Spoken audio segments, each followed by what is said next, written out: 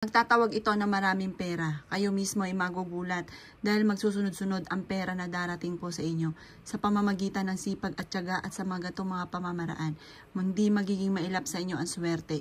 Ang swerte ang kusang lalapit sa inyo. Kumuha ko po ng bulak at ang bulak na ito ay pagagaanin ang daloy ng swerte, lalo na sa pera. Napaka-epektibo po nito. Kaya kung kayo po ay laging walang pera, ay gawin nyo na po ito. Ito ay kukuha ka lamang po ng cinnamon, powder na cinnamon. Mainam po na gawin nyo po ito ay sa umaga. Ang paggawa ng mga ganito ay may 100% kang paniniwala. Kailangan ay may 100% kang paniniwala. Kasi kung hindi ka naniwala ay huwag ka na munang gumawa. Dahil magiging wa-effect po ito. Kailangan may 100% kang paniniwala. At pagkatapos nyo pong gawin po ito, kumuha po kayo ng barya.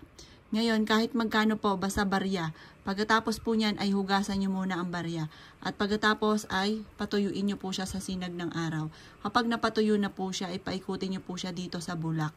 Ito po ay mas pagagaanin ng daloy ng swerte.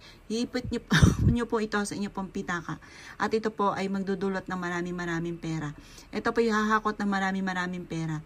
Kayo mismo ay ma-amaze dahil magsusunod-sunod ang maraming pera na darating sa inyo. Kung mailap sa inyo ang swerte lalo na sa pera, ngayon ay marireverse po yan. Mas pagagaan nito ang daloy na swerte. Bagamat ikaw ay gumagastos, nababawasan ng pera, may mga dumarating din na swerte lalo na sa pera.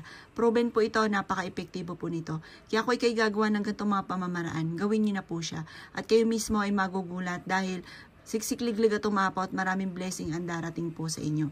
Kayo mismo ay maa-amaze dahil kung dati-rate, ginawa nyo na lahat pero lagi kang walang pera. Ito naman, lagi kang dadalhin kung saan lagi ikaw ay magkakaroon ng pera. Gawin nyo na po ito, epektibo po ito. Basta may 100% ang paniniwala at lagi kang positive. Lagi mga magaganda ang sasabihin. Huwag kang magsasabi ng mga pangit. Yung mga pangit na nagaganap sa buhay nyo, ipagdadasal nyo po siya. Subukan nyo po itong gawin at makikita nyo kagad ang bilis na resulta.